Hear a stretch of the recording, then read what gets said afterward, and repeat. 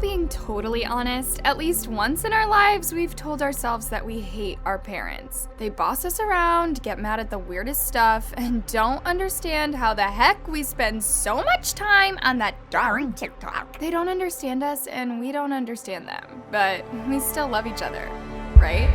Sometimes we hear about kids that hate their parents so much that they decide it would just be better if they were out of their lives permanently. Gypsy Rose Blanchard had her mom killed by her boyfriend. Lizzie Borden allegedly took an axe to her dad and stepmom. What could make someone hate their parents so much that they could be pushed to get rid of them so brutally? Today, we're talking about the Menendez brothers, two young guys with their whole lives ahead of them who weren't even suspects in the murder of their parents until they started acting guilty.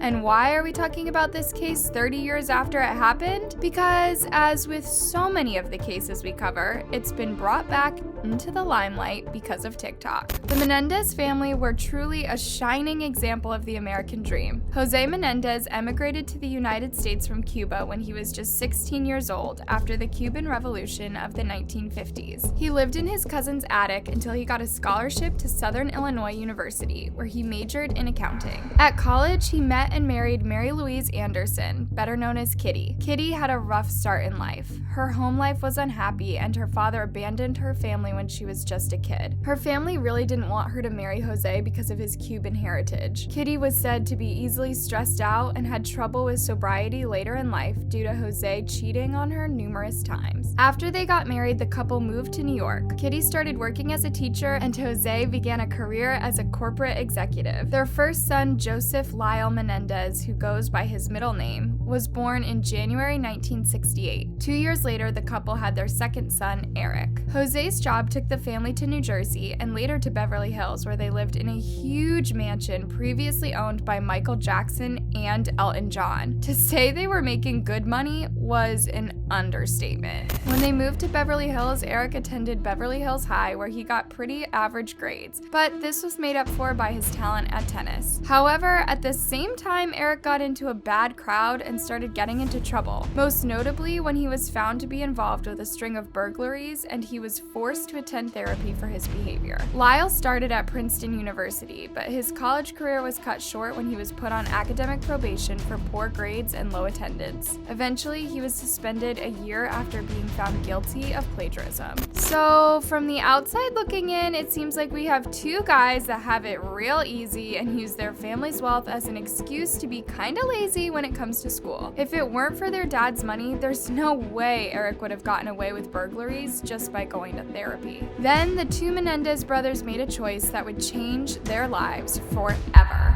On August 20th, 1989, Jose and Kitty were in their den at the family home. As they watched TV, Lyle and Eric charged into the room and fired shotguns at their parents.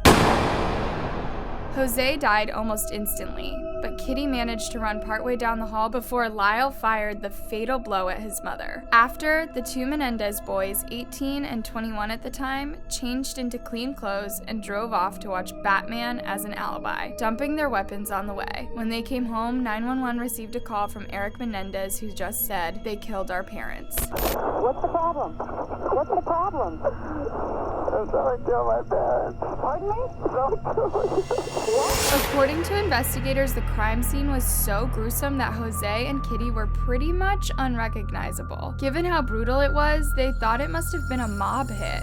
Eric and Lyle played the part of the shocked, grieving sons perfectly, and no one suspected them. When police arrived at the scene, Eric was curled up in a ball on their front lawn, crying hysterical. The police bought their alibi completely and instead began investigating rival businessmen that may have had a grudge against Jose. The brothers thought they got away with it, and now all they had to do was enjoy all the money that they were about to inherit. Jose's net worth was about $14 million at the time of his death, and it didn't take long for Lyle and Eric to start chipping away at the wealth their father had worked so hard to build. The day after their parents' funeral, Lyle spent $15,000 on 3 Rolex watches. He spent $40,000 on new clothes, $60,000 on a Porsche, Porsche, and his biggest purchase of all, a restaurant. He paid over $500,000 for a street cafe in Princeton that was popular with students, with the idea to start a franchise. Eric also bought a Rolex and thousands of dollars worth of clothes, then quickly lost a few more thousand to gambling. He decided to abandon the idea of a college education and instead hired a tennis coach for $60,000 a year, hoping to become a professional tennis player. He practiced 10 hours a day and would travel to the Middle East to compete in tournaments. They also moved out of their family's Beverly Hills mansion and rented joining condos in Marina del Rey, where they held huge parties and movie nights with their friends. It's estimated that in just those few months, Lyle and Eric managed to spend close to $1 million.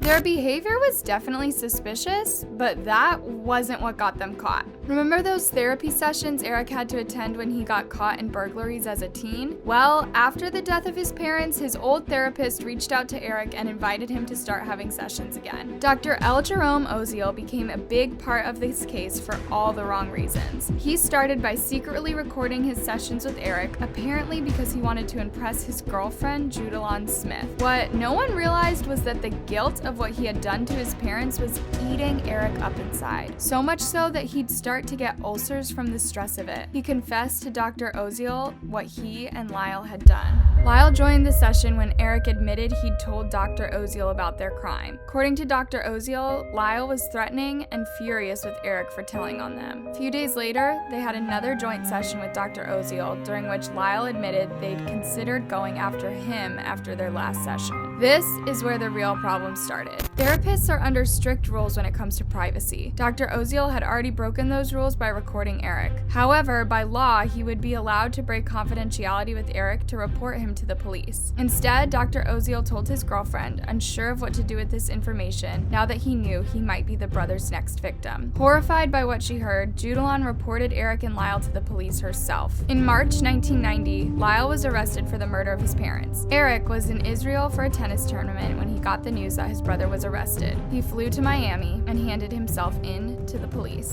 The trial went on for 7 long years due to many problems that arose along the way. One of the issues was Dr. Oziel recording the therapy sessions and whether or not the recordings of Eric and Lyle's confessions could be used as evidence. In the end, the judge decided that parts of the tape could be given as evidence, but not the whole recordings. That decision alone took over 2 years. At first, the two brothers were tried separately, and this created a whole other host of issues. Their lawyer, Leslie Abramson, told the court that Eric and Lyle had suffered at the hands of their father their whole lives and gave detailed accounts of the pain that went on in their home and eventually drove them to murder. As for their mom, they talked about how unhappy she was in the marriage and how much she struggled to stay sober. They saw it as putting it out of her misery. This caused the juries at both Eric and Lyle's trials to go into a deadlock after 2 weeks, meaning they couldn't decide if they were guilty or not. It was decided that they would be tried together, and this time the jury would make a decision. In this trial, the prosecutors focused on the fact that the brothers had gone on a spending spree for 6 months when they should have been mourning their parents. They also made a point that their stories of their father being cruel and violent were impossible to confirm, as the only other people aware of what was allegedly happening to the boys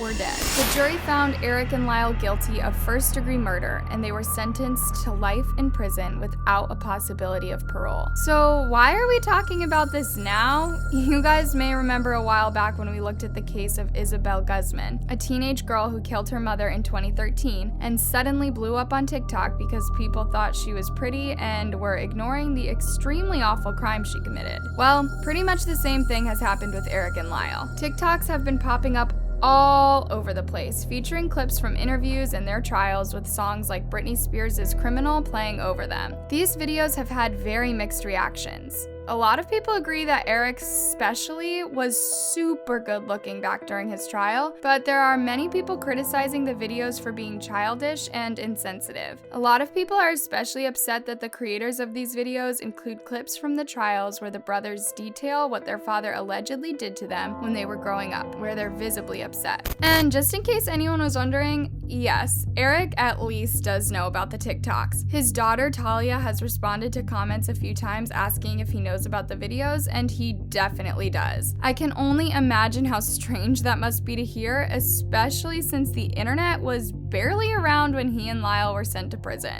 So keep in mind, the next time you go to make a TikTok about a murderer you think is cute, there's a definite chance they will end up finding out about it. That brings us to the end of today's video. What do you guys think about this case? What do you think of the TikToks? I can't wait to see what you think down in the comments below.